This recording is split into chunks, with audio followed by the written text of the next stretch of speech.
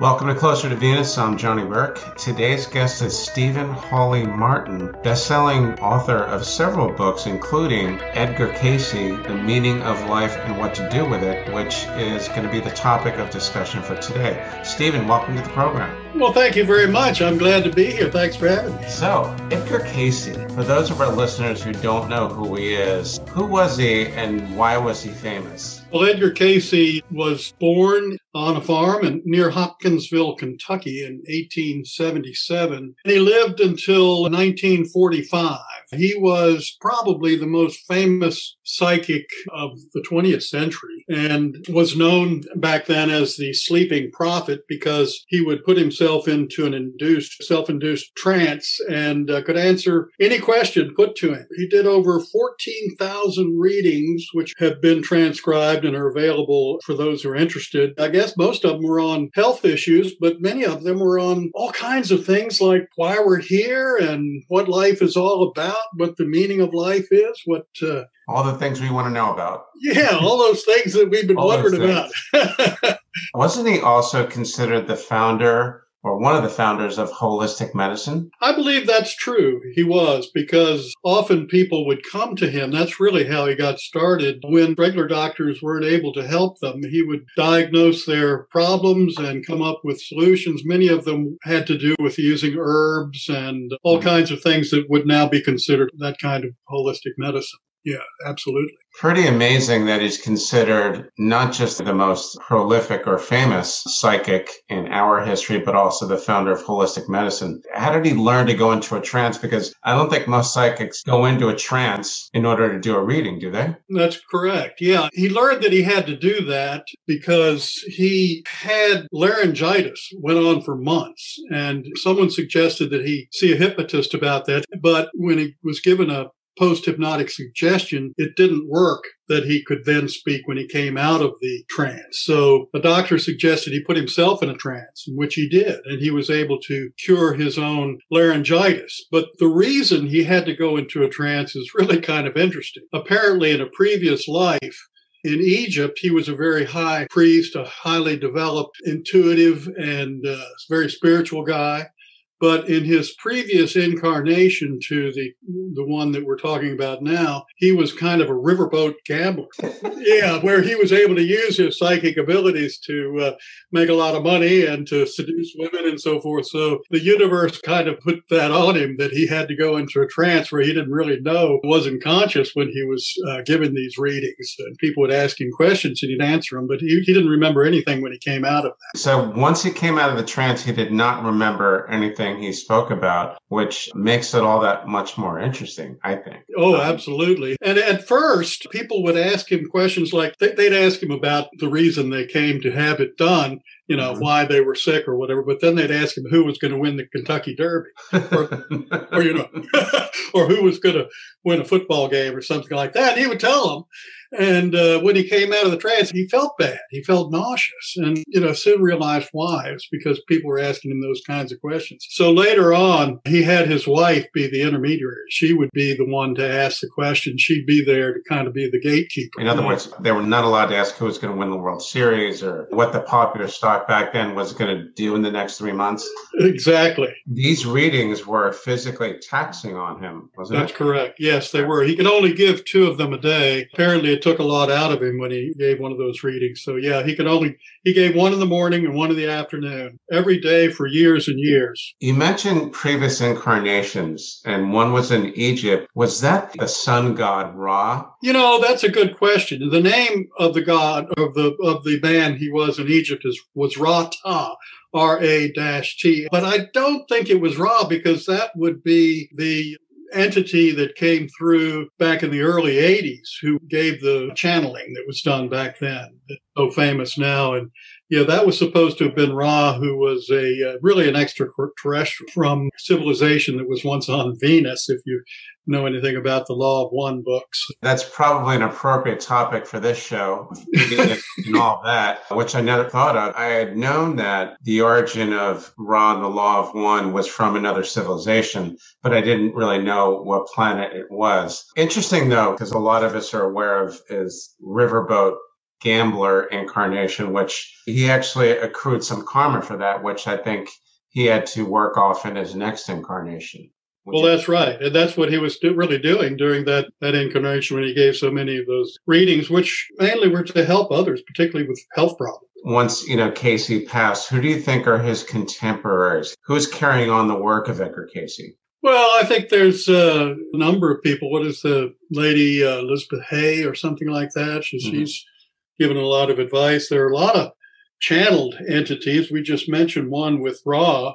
Those are really more for the meaning of life and that kind of thing rather than the health issues. Apparently, Cayce was able to go into and read someone's subconscious mind. And in your subconscious mind, in all of us, everything about us is in there. We can't access it ourselves necessarily. Sometimes we can through meditation and so forth. But he could go right to that and tell you what was wrong and how to cure it. So how is that different from a reading where Cayce would discover past lives for that particular entity, that particular person? Well, what happened is that apparently a lot of times our problems in life have to do with something that's carried over from a previous life. And Cayce was a strong Christian, so he personally did not believe in reincarnation because, of course, as you know, it's not part of the canon of the Christian church. But it started coming through when people would ask, why do I have this problem? And he would tell them it was something that was coming from a previous life, a phobia or whatever that they had developed. Perhaps they were murdered in a previous life or had drowned or whatever, and so they were afraid of water, that kind of thing. When that first started happening and he realized he was talking about reincarnation, he was kind of flabbergasted and apparently for a while stopped giving readings because of his Christian faith. But then he read the Bible, which he did all the time anyway, and started seeing in there that there are a lot of references to reincarnation. I mean, they don't say the word reincarnation, but they definitely refer to it. For example, Jesus said that John the Baptist was Elijah, which is in reference to, Elijah lived 400 years before John the Baptist. So then he realized that it's in there, but it's not practiced or part of the church today. So he kept on going with it. You mentioned the meaning of life, which is contained in the title of one of your books, which is Edgar Cayce, The Meaning of Life and What to Do About It. What brought you to write the book? A little over 10 years ago, I had a radio show where I interviewed a lot of people, and it was, the name of the show was The Truth About Life. And I knew about Edgar Cayce and had read about him. And I live in Virginia. And of course, Edgar Cayce did all these readings and lived in Virginia Beach, which is not all that far from me, in fact. And there's the Association of Research and Enlightenment, which was an organization, nonprofit that he founded, is located there in Virginia Beach, still going strong today. It's at 68th and Atlantic Avenue. So I made an appointment, went down there and interviewed the chief executive of that organization and also a couple of other people, one of them being Edgar Cayce's son, who was still alive at that time, Edgar Evans Cayce. He died at 95 or 96, and he was probably pretty close to that when I talked to him. It made a great radio show and had all those interviews, and I decided to turn it into a book because it really gives a lot of good information about why we're here and what we ought to do about it. That's how it happened. And as far as what the meaning of life is, according to Edgar Cayce, we are spiritual beings having a physical experience. Not the other way around, which a lot of other people think. It gets very confusing, I know. Yeah, a lot of people think we're bodies that have a spirit, but actually we're spirits that have a body. And our natural habitat is not on this earth or in three-dimensional physical reality, in the spiritual realm. And according to Cayce, we came here. The earth wasn't really meant for human habitation, for habitation of us, we spirits. And now that we're here, the goal is to get back to the source. He said we were sparks of the source. I would say that we're really kind of the arms and legs of the source. We're connected to it. We're all one. It just seems that we're different, And the reason we're here is to learn, to evolve, to become the idea of service to others, helping others, using our talents for that is really what we're here to do. And you know about karma, of course, which Cayce said was probably not the way most people think of it. Most people think of karma as cause and effect, or you're going to get punished if you do something bad. It's more a memory that we have, or more something that's part of our psyche that causes us problems. For example, some people don't understand why they keep attracting individuals who hurt them, love affairs that go bad constantly one after the other. Well, Cayce would say that's probably karma, where the person has a low opinion of themselves and they keep attracting others who have low opinions of them. And that what we need to do is to realize that. And once we are enlightened by what's going on, the things that we continue to encounter one after another, then that will stop happening. And we've actually grown as a result. We evolve and we return to the source. That's going to take a long, long time, probably millions of years, but that's what life is about. We're here, it's a school, and we're learning one lesson after another, hopefully. That's a great explanation. So it is your school. And I imagine many people would be almost a little bit shocked to hear that Earth was not meant for habitation by humans. In a lot of Edgar Cayce's books, some of the stories about creatures and aliens and different civilizations, pretty amazing. What are some of those things that he was able to reveal while in the self-induced trance? Yeah, well, what you're talking about there is when humans first decided, because we have free will, we were able to explore as spirits the universe and all different realities and so forth. And the Earth being what it is, the only way to really come into this reality is through a body. And of course, there weren't human bodies back then. There were other kinds, and so the ideas of human animal mixture, like the minotaurs and the centaur, the horse, that got a human head, and unicorn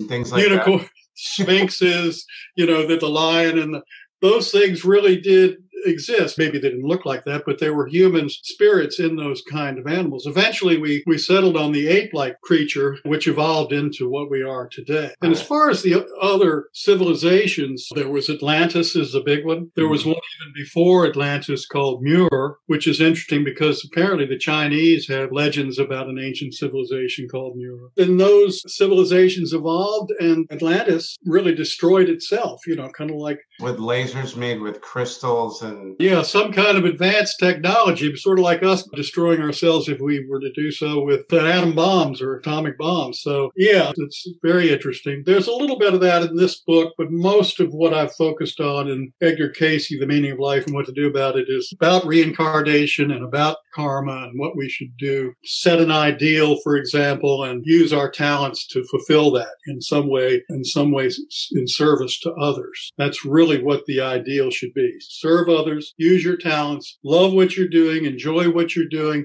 If you love basketball, be a basketball player, but do it not to make money, but to entertain others or to train other people to have certain qualities. The Atlantis theory, history, whatever you want to call it, I know that Cayce wrote about that quite a bit. You also mentioned that the Chinese had a history of an ancient continent. Wasn't Atlantis, was it Lemuria, or was it the other continent you mentioned earlier?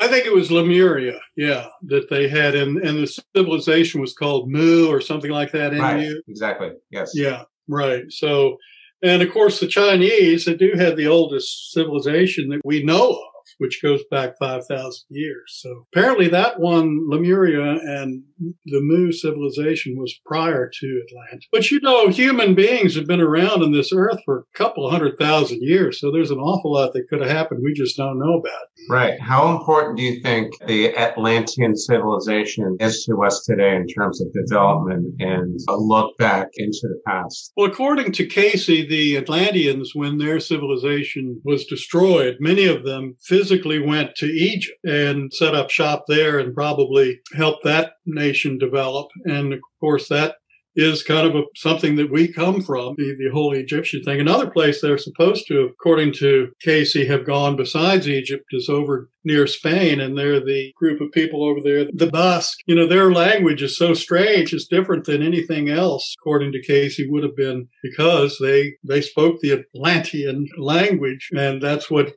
Basque is today, is what's evolved from that. I think that probably those notions were carried over into places like Greece and Egypt and early civilizations here, and that it's influenced who we are today. I think the most evidence we have of earlier civilizations, Atlantis, Lemuria, and civilizations that predate recorded history, a lot of that can be attributed to Edgar Cayce more so than any other psychic, wouldn't you say? Yeah, definitely. I don't know of any other psychics who have talked about that a whole lot. Do you? I'm not sure. I'd like to learn more about that. He talked about in his book, Edgar Cayce, on reincarnation, about several different civilizations that were not of this earth. And I have yet to read anyone else or learn of anybody else that spoke of that. Yeah, and a lot of people think that the UFOs that we see really are other civilizations that are not trying to contact us. They're hanging around waiting for us to evolve to the point where they will contact us. Because we have free will, they don't want to interfere with that. So we've kind of got to welcome them in before they will. But that we can learn a lot from them. And maybe some of the ancient civilizations, the Sumerians, for example, might have been influenced by or contacted by or helped by aliens from UFOs. I think the name that comes to mind is the Anunnaki, who may also have been involved in ancient Egypt. You see some of that in the hieroglyphics writings of these ancient civilizations. A lot of people think point to that. Right. And that's the Anunnaki. That's going back hundreds of thousands of years, is it not? Yeah, what little I know about them was that they kind of used the human race as sort of slaves to help them mine minerals they wanted or needed for their civilization. You know, some people think they're still around somewhere kind of hiding, I don't know, through some sort of a Stargate or whatever. You probably know more about it than I do. What do you suppose Edgar Cayce's views were on aliens? Did they think they were all benign? Or some were not so benign, and some actually did want to see us evolve, as you mentioned earlier? I'm not sure what Edgar Cayce thought about that. From others that are into that more than I am, I think their main idea is that they're really benign, that they are there, they're kind of watching, they're waiting for an opening. I had a boss when I first got out of college, my first real job, who had been an Air Force pilot. And he said that once when he was flying a big transport over the Atlantic Ocean, that a light that came up and rode alongside the cockpit, Okay. that everybody in the plane, all 5 or so of the crew, saw it, that it was there for about a half an hour following them along, and then it shot off to the right in a speed that would be impossible for any physical object to have achieved. And that he filed a whole report about it, and that was the last he heard. That makes sense. There isn't any doubt. It's just one of those things that we have yet to learn a lot more about. In your book, you had mentioned that life on Earth as a human might be compared to the movie Groundhog Day. Oh, yeah. Yeah, that's a good thing to talk about. If you've ever seen the movie Groundhog Day with Bill Murray, you know that he's a kind of a cynical guy who repeats this day over and over again, and he meets these situations every time. And he starts out being very cynical and kind of dismissive of it and even mean or cruel. And it goes on and on over a long period of time. And finally, he meets them in a more loving and compassionate way. And when he finally does that through a whole day, he's able to move on to February 3rd. And so I say that's a great analogy or even a metaphor for life on Earth, because that's what we're doing. We're meeting these different situations that we can learn from, as the Bill Murray character did. We can deal with them with compassion and love rather than, being dismissive or cruel about it. That will help us grow and evolve. And so that's what happens to the Bill Murray character. He evolves during that period of time over and over again, meeting the same situation. And that's what we do here on Earth. So it is a great metaphor for life on Earth. And when you mention life on Earth, you're talking about incarnations over and over again, where one life, or it could be several lifetimes, people keep repeating the same mistakes until they learn from them, and then they can evolve.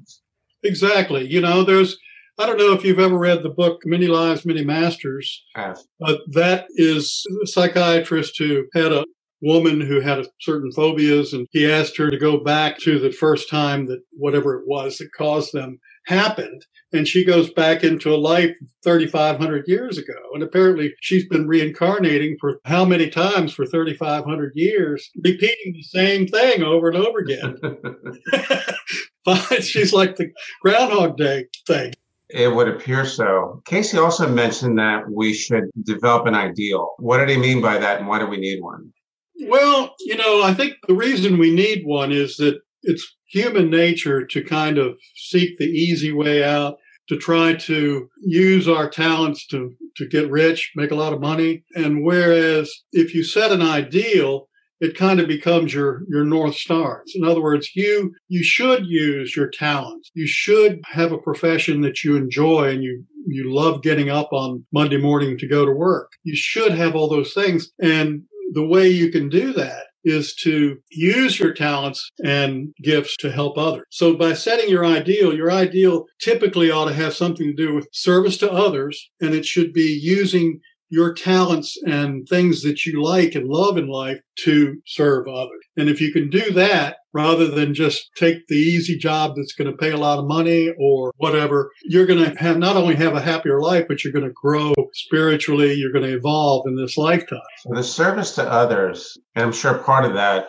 comes from his Christian upbringing, but it makes sense that if we can understand the concept of oneness and we are basically all part of the same being, as it were, then it's almost like you're looking at yourself in a mirror, albeit a reflection that doesn't really look like you, but it would make sense you would want to help yourself. Well, that's exactly right. The golden rule, do unto others as you would have others do unto you, is definitely a Christian idea. It's something that Jesus said. He said, love God and love your neighbor. But it's in other religions as well. In every religion, as far as I know, has some form of commandment to do unto others as you would have others do unto you. As you said, that we're all one, and we just look and feel different and think we're different, probably most of us. And in effect, we are, in that we have an ego and so forth that we've developed over this lifetime and really a higher self that we've developed over many lifetimes.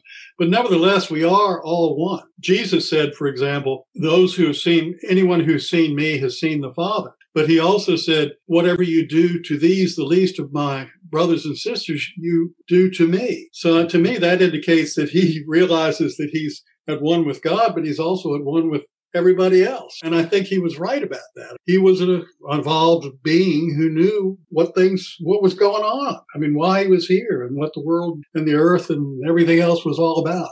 What did Cayce ultimately say about Jesus? Did he die for our sins? Was he an ascended master? What exactly was his role? Most of us know that he had a problem with reincarnation in past lives because it was in conflict with his Christian upbringing. But how did he resolve his Christian upbringing with this new information he had about reincarnation in past lives? The conclusion he came to about Jesus is the same one that I have, which is that, no, he didn't die for us. I mean, he was not a sacrifice. That was an idea that existed 2,000 years ago when he lived, that, you sacrificed a lamb or a pigeon or, dove or something to God so that you could cleanse your sins. And so the idea that Jesus was sacrificed for our sins is a 2,000-year-old idea about sacrifice.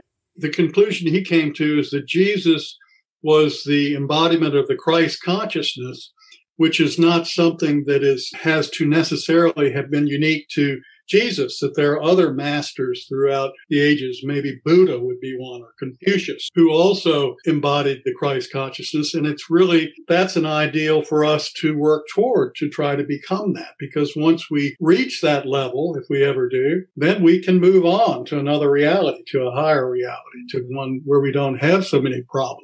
Christ consciousness and the equivalent for different civilizations, countries, the Muslim equivalent, the Jewish equivalent, and so on, that could be almost like a unification of sorts, where it's something that we could all agree on. But there are people that are convinced he died for our sins because that's what their pastor tells them. A little earlier, I mentioned the law of one, the Ra material. I think there's 5 books on that. Well, Ra says that Jesus was a fourth density being a wanderer. Apparently, there are people on Earth that come here from other civilizations, dimensions, that are here to help us and teach us. They often become, highly regarded religious figures like Jesus, and that Jesus was a fourth density being who incarnated here. And if you know about the raw material, the fourth density is the one that's heavy duty on service to others. Third density is where we are now. Fourth density is service to others. Fifth density is wisdom. Sixth density is a combination of service to others and wisdom. And seventh density is the gateway density to return to the source. That means you're like a Jedi at that point, right? Oh, yeah. Ra was sixth density, so he didn't know, he or they didn't know that much about the seventh density, except that was the last one before you return to the source. So now we are in the third density, which is very consistent with people just trying to amass material things. But the fourth density is obviously a step above that, where it seems like the material things aren't as important. That's correct. The first density is like rocks and planets. Second density is life, like, animals and plant and animal life. But the third density is awareness of self. You can step outside yourself and consider yourself and think about your existence. That's third density. Fourth density is service to others or service to self. There's two paths. Apparently, Earth, according to Ra, is moving into the fourth density. And remember, his readings, his channeling was done back in the early 80s. He said that in 2012, we would pass to 51% fourth density as opposed to third. So we're now in a transitional period. And according to, if you think about it, the idea of spirituality and all this oneness and a lot of the upheaval that's going on today with, Black Lives Matter and all that stuff is part of this transition that we're going through from third to fourth density. Very interesting. It seems that there's warring factions and ideologies. Well, it's something we could talk about. I have written a book about that. The name of the book is Your Guide to Achieve Fourth Density. And it's about the law of one and Ra and the end of suffering, because apparently this third density that we're in is probably the hardest one to navigate. In fact, Ross says it's 100 times more difficult than fourth density. We're in a tough kind of environment here. Life is not easy. As the Buddha said, life is suffering. There's been a lot of that in the last year, and not just because of the pandemic.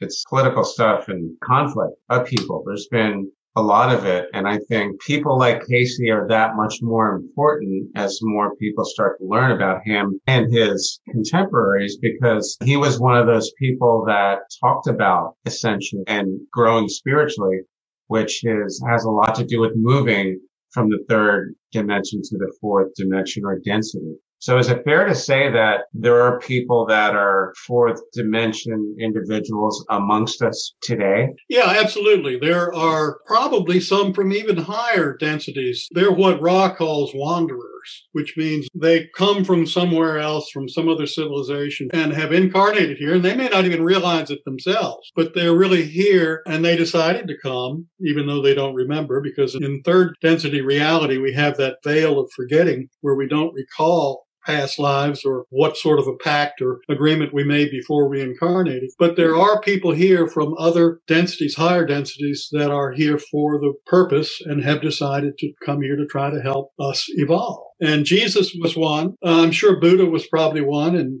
Confucius and so on, some of these masters. Ascended masters. Ascended masters, exactly. What did Cayce say about dreams? Well, first of all, he said probably the most important thing he said, as far as I can recall, is that nothing happens without it first being foreshadowed in a dream. That whenever something big is going to happen in our lives, it's something that we will have been revealed in a dream. Unfortunately, most of us don't remember our dream. But whenever you have a sense of deja vu, it's probably because you dreamed about it already. And he said that as well.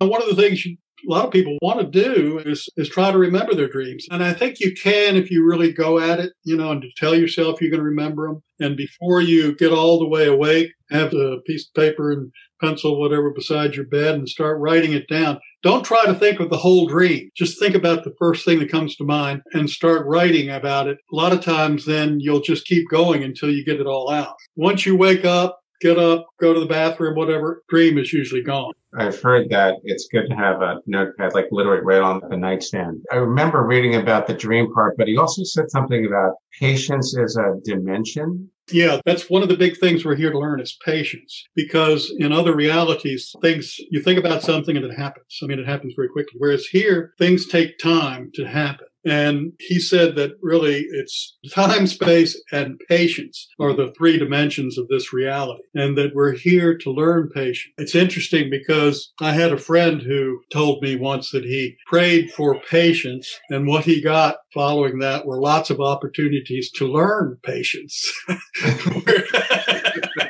So be careful what you ask for, because he got it, but he had to learn it, and that's one of the things we're here to learn. When we talk about patience, or should I say a lack thereof, when something happens, a lot of us blame others for problems, misfortunes, and so on. What did Cayce have to say about those people?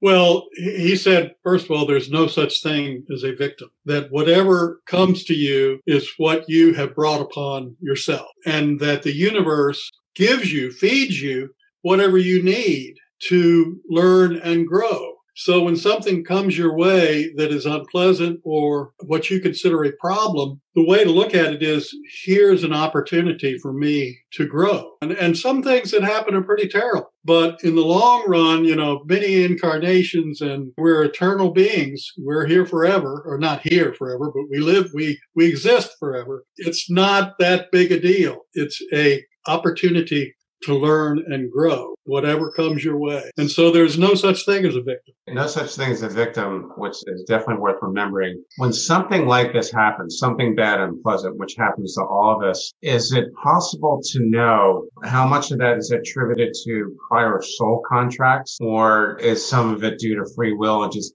bad luck? Well, I think it could be both. A lot of times we had some sort of an agreement with someone before we were born that we're going to come together and we're going to have this relationship and things are going to happen, and we've already agreed on.